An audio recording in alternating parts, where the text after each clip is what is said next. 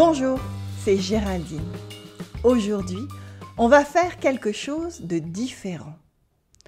Au lieu de faire une leçon, je vais vous raconter une histoire parisienne, en français. Ça vous dit? Si vous êtes attentif, vous pourrez même trouver un tas de vocabulaire, de grammaire et d'expressions du français courant. Et bien sûr, des éléments de culture française. Allez, c'est parti pour Madame Vernier et le mystère du Louvre. L'habituée du musée. Madame Vernier était une habituée du Louvre. Et quand je dis habituée, je veux dire qu'elle y allait tous les jours, sauf le mardi. C'est le jour où le musée est fermé. C'était une petite dame à cheveux gris qui portait toujours un chapeau assorti à son manteau. À midi, elle allait manger un croque-monsieur à la cafétéria. Et puis, elle rentrait chez elle à 16 heures pour aller nourrir Platon, son chat. C'était sa vie et elle en était contente. Elle venait parfois avec des amis, parfois avec sa fille, mais souvent toute seule. Avec le temps, elle connaissait le musée comme sa poche. Elle aimait se balader parmi les statues, les œuvres d'art et les objets anciens. Elle savait exactement à quelle heure les rayons du soleil traversaient les grandes fenêtres pour faire briller les cadres dorés. Elle souriait avec la Joconde. Elle interrogeait les vieux sarcophages égyptiens. Elle s'imaginait porter le diadème de la duchesse d'Angoulême. Elle aurait aimé papoter avec la Victoire de Samothrace. Mais la pauvre n'avait plus toute sa tête. Son tableau préféré, c'était le jeune mendiant de Murillo, un peintre espagnol du XVIIe. Il montrait un petit garçon pauvre, aux pieds sales, en train d'enlever des poux de ses vêtements. Il ressemblait beaucoup à son petit-fils quand il jouait dans le jardin et rentrait à l'intérieur pour le goûter. Dans la même salle qu'elle, il y avait souvent Monsieur Duval, un ancien commissaire-priseur. Il portait toujours un nœud papillon un peu de travers et des lunettes qui glissaient sur son nez. Elle ne l'aimait pas beaucoup, Monsieur Duval. Il parlait fort et donnait son avis sur tout. Le mieux dans un musée, parfois, c'est le silence. So, what did you understand? Have you ever visited le Louvre in Paris? I hope you did. It's a beautiful museum. Let's see what comes next in Madame Vernier's visit at the museum. La disparition. Un jour, c'était un lundi de novembre, il faisait gris, Madame Vernier eut un choc. À la place du jeune mendiant, il n'y avait plus rien. Plus de jeunes garçons aux pieds sales. Juste un rectangle vide sur le mur. Pas de petits cartons pour dire que le tableau était parti en restauration. Pas d'explication. Rien du tout. Les tableaux de chaque côté s'étaient rapprochés, comme pour masquer cette absence.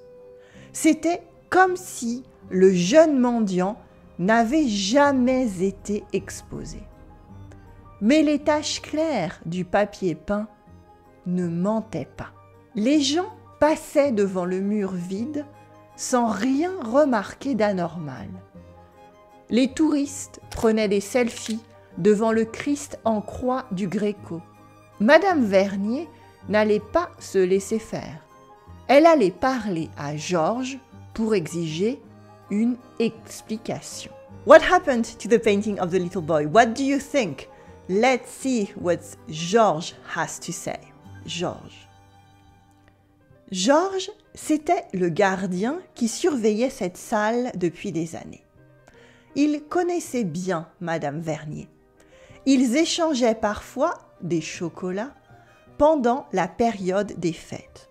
« Dites-moi, Georges, » demanda Madame Vernier, « il est où, le jeune mendiant ?»« Il est en restauration, Madame Vernier, » dit Georges. « Oh, comme c'est dommage, » dit Madame Vernier. Il n'avait pas l'air endommagé, pourtant. Et puis, c'est étrange de ne pas l'avoir indiqué sur un carton. Vous savez, avec les coupes budgétaires, il y a parfois des arrangements, Madame Vernier, expliqua Georges. Mais vous pouvez toujours aller voir les autres collections. Vous savez, sur 3400 tableaux, un de plus, un de moins. Mais Georges, voyons, répondit Madame Vernier, qu'est-ce qui vous prend? C'est le jeune mendiant, tout de même. L'enlever comme ça ne se fait pas. Ça, non. Do you think George knows where the painting is? I don't know. I think he knows something. L'accueil.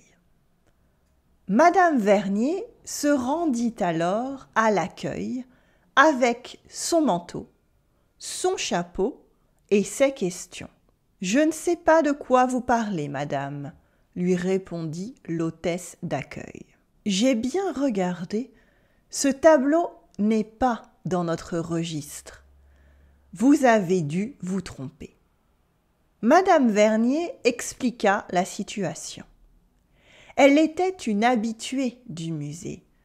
Elle connaissait bien les salles. Le tableau n'était plus là. Vous pouvez toujours remplir une fiche de plainte si vous voulez être remboursé, dit l'hôtesse d'accueil. C'est un formulaire à remplir et à renvoyer sous huitaine.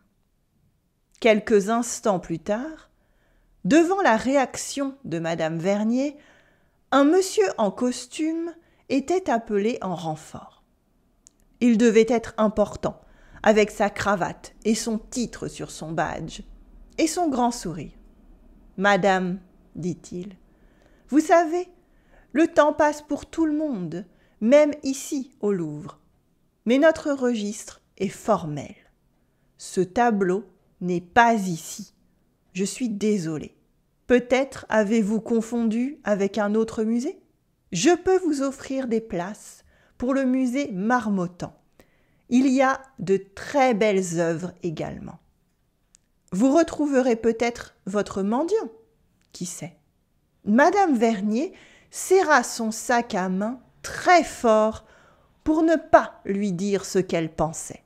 Elle décida de rentrer chez elle sans passer par la boutique de souvenirs, mais en jetant un dernier coup d'œil à l'œuvre disparue. I can't believe they kicked her out of the museum. She knew the painting was supposed to be there. How could everybody forget about it? I really hope she finds the painting. Alliance. Dans la salle du jeune mendiant, la situation avait empiré. À la place de Georges, elle vit Monsieur Duval avec son nœud papillon et ses lunettes qui menaçaient de tomber. Pour une fois, il n'avait pas l'air suffisant. Il fronçait les sourcils en regardant l'emplacement vide. « Ah, Madame Vernier !» s'exclama-t-il.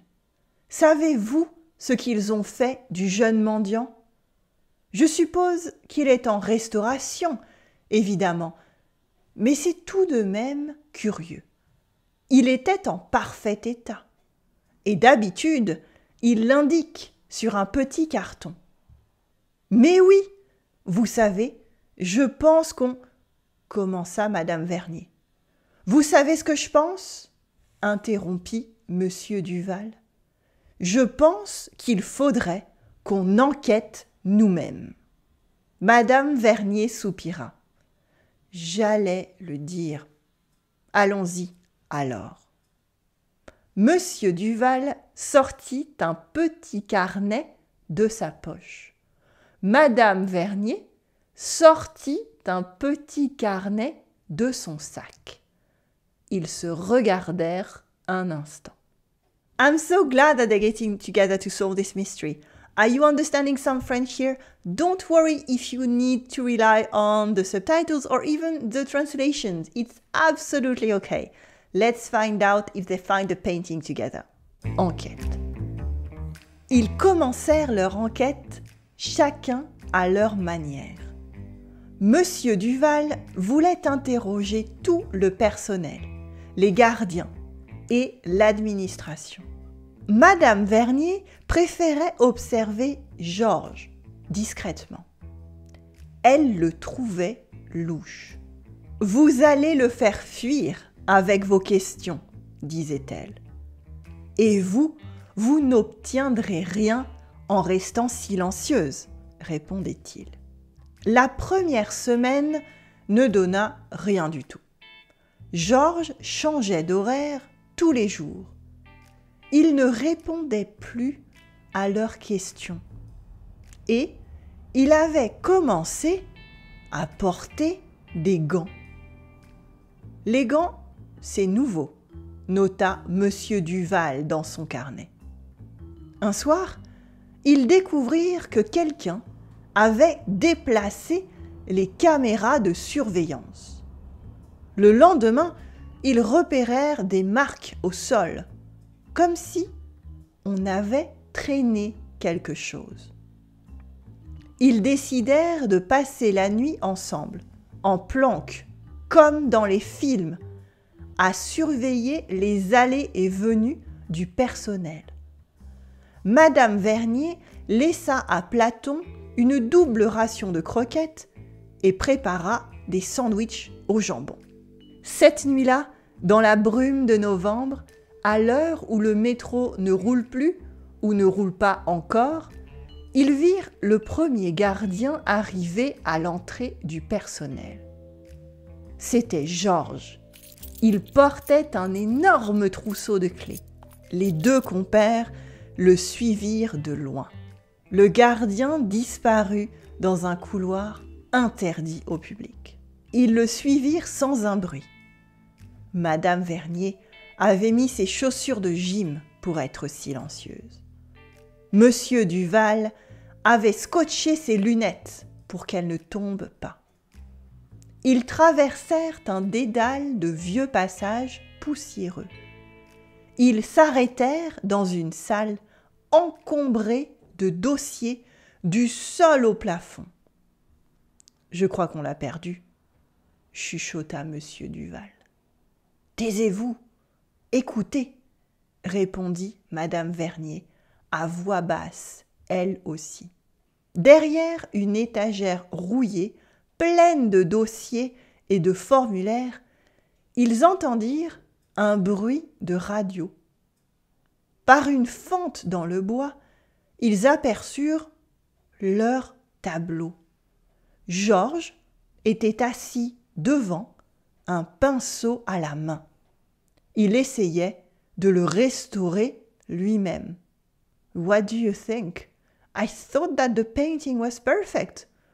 Who needs to paint on a perfect painting? » Restauration. « Georges !» s'écria madame Vernier. « Mais qu'est-ce qui vous prend ?» Le gardien sursauta si fort que son pinceau tomba par terre. Je voulais juste le corriger, dit Georges en se levant. Le restaurer à ma manière, vous voyez ? Regardez-le, ce pauvre petit. Il a les pieds sales. Il irait mieux si je lui peignais des pieds propres, non ? Mais non, Georges, ça ne se fait pas, dit Monsieur Duval. Vous avez volé un tableau. C'est très grave. Oh, vous savez, dit Georges, depuis les nouvelles directives, le conservateur ne s'intéresse plus qu'à la Joconde. C'est comme si, pour lui, le jeune mendiant et tous les autres n'existaient pas. Ils allaient réorganiser les collections pour le mettre dans la réserve, là où on ne pourra plus le voir. Alors, j'ai juste fait moi-même un peu de réorganisation, changé quelques lignes dans les registres, et ils n'y ont vu que du feu. Nous, on l'a vu, dit Madame Vernier, et ça me ferait beaucoup de peine que vous repeigniez ses pieds pleins de terre comme ceux de mon petit-fils. Je n'ai pas osé le toucher, avoua le gardien. Chaque fois que j'approche le pinceau, je tremble trop. Monsieur Duval s'approcha doucement du voleur de tableaux. « Allez, mon vieux, dit-il, il faut aller le rendre maintenant. » Georges saisit son pinceau comme une arme. « N'approchez pas, je dois le nettoyer, je vais le faire. » Georges, dit doucement Madame Vernier, posez ce pinceau, vous allez faire une bêtise. À cet instant, la minuterie du couloir s'éteignit. Dans l'obscurité, on entendit un cri, le bruit d'une lutte, puis celui d'un corps qui tombe. « Madame Vernier !» s'écria Monsieur Duval. Quand la lumière revint, Georges était par terre, ligoté avec l'écharpe de Madame Vernier qui expliqua « J'ai élevé 5 garçons, vous savez. » Wow, they found the painting and she's really strong. Ready for the end? Épilogue. Quelques semaines plus tard, Madame Vernier et Monsieur Duval admiraient de nouveau le jeune mendiant exposé fièrement dans sa salle d'origine. Georges ne fut pas renvoyé. Le conservateur était déjà occupé par le nouveau budget et cette affaire aurait embarrassé tout le monde. On lui fit promettre de ne plus recommencer. Madame Vernier continua ses visites quotidiennes, mais maintenant, tous les mardis, le jour de fermeture, elle recevait Monsieur Duval dans son appartement du Marais pour prendre le thé. « Vos madeleines sont divines, Jeanne, » lui disait-il. Platon, le chat, ronronnait sur ses genoux. Okay, so that was new. What did you think? Did you understand all the French vocabulary and expressions? Did you know about the different artworks that I mentioned in the story? What do you think will happen next to Monsieur Duval and Jeanne Vernier? J'ai hâte d'avoir ton avis. Partage tes réponses dans les commentaires, en français si tu peux. Et si vous avez aimé cette Storytime in Simple French, n'oubliez pas de vous abonner pour plus d'aventures linguistiques et culturelles. Explore the beauty of the French language and the richness of French culture with me, Géraldine from Comme une Française. Allez, à bientôt!